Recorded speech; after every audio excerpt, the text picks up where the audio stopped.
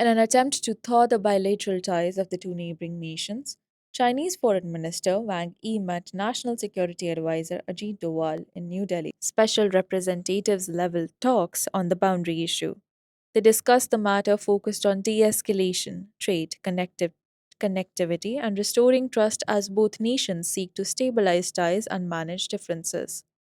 According to Chinese Foreign Minister, Wang Yi's visit will help both countries work together to implement the consensus reached between President Xi Jinping of China and Prime Minister Narendra Modi last year.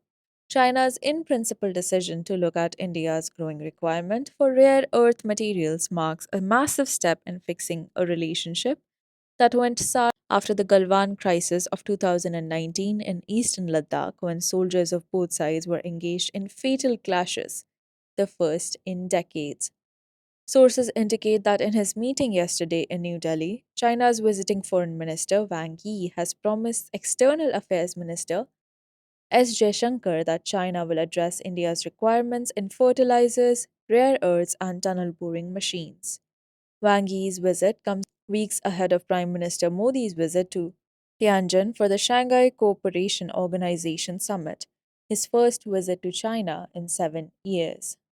The assurance on rare earths is particularly significant and comes at a time when the United States, which has long considered Beijing a strategic rival, appears to have entered to its own deal for rare earths and full magnets with Beijing to meet its industrial requirements.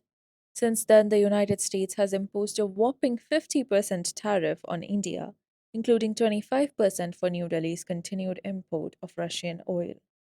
While it's too early to say whether China's decision to agree to look into India's rare earth requirements marks the beginning of a broader strategic rethink between New Delhi and Beijing, it is clear that Trump 2.0 has left the global order in a state of deep churn. Beijing, for its part, wants to do business with both New Delhi and Washington. In a statement following the meetings in New Delhi yesterday, the Chinese government said unilateral bullying is rampant, a clear reference to Washington. Quote, China and India should demonstrate a sense of global concern and responsibility as major countries, set an example for the vast majority of developing countries to unite and strengthen themselves and contribute to promoting a multipolar world.